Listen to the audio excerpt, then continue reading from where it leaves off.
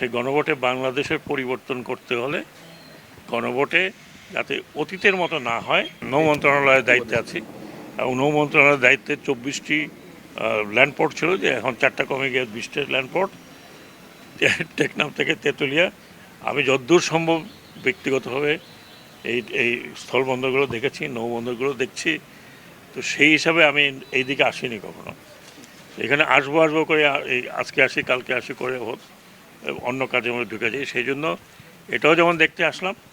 আরেকটি বিষয় যেটা আমি পরে কথা বলবো, সেটাও এখানে আসছি বিশেষ করে যে আমরা জানি যে আগামীতে একটা গণভোট হচ্ছে এবং সেই গণভোটে বাংলাদেশের পরিবর্তন করতে হলে গণভোটে যাতে অতীতের মতো না হয়। কোকো ও শিয়া বাটারের ইউনিক কম্বিনেশনে তৈরি Natura expert care body lotion স্কিনের ড্যামেজ হিল করে, ত্বক রাখে সফট ও ময়শ্চারাইজ। লুকিয়ে আর কতদিন, বাই বাই ড্যামেজ স্কিন।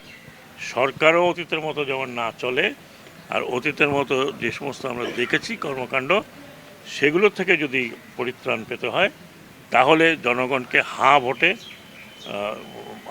ভোটে সিল দিতে হবে এবং এটা মাস্ট। যদি আমরা এটা সিল না দিই তাহলে আমরা আমাদের সামনে যে এতগুলো রক্তের বিনিময়ে যে অপরচুনিটি আসছে, সেই অপরচুনিটি আমরা লুজ করব এবং ওই আগের তিমিরে আমরা ফিরে যাব। এটা মনে করার কোনো ইয়ে নাই যে আমরা যদি এই ধরনের সংস্কারগুলো না করি তাহলে এটা অটোমেটিক্যালি হবে। সেটাও আমার একটা উদ্দেশ্য ছিল, দুইটা মিলিয়ে।